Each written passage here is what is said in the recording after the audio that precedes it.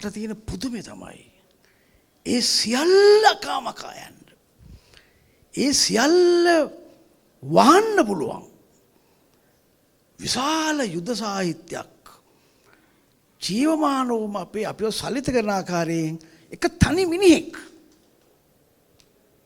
මේ වැඩේ කළා කියලා. ඒ තමයි සුජිත් චාමින්ද.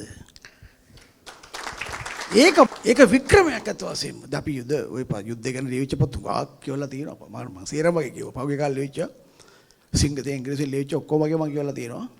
හැබැයි මේතා මා සසල කරන මේතා අපි සසල කරන මේතා අපිව කැඳවන මේ යුද්ධ බිමට මේ අනාගත බිමට ඊළඟට මිනිස් සංහිඳියාවට මේ අපිව මේ මනුෂ්‍යත්වයට කැඳවන මෙහෙම සාහිත්‍යයක් මම දැකලා නැහැ. මේක ඇත්තටම මම බුද්ධමයටපත් වෙනවා.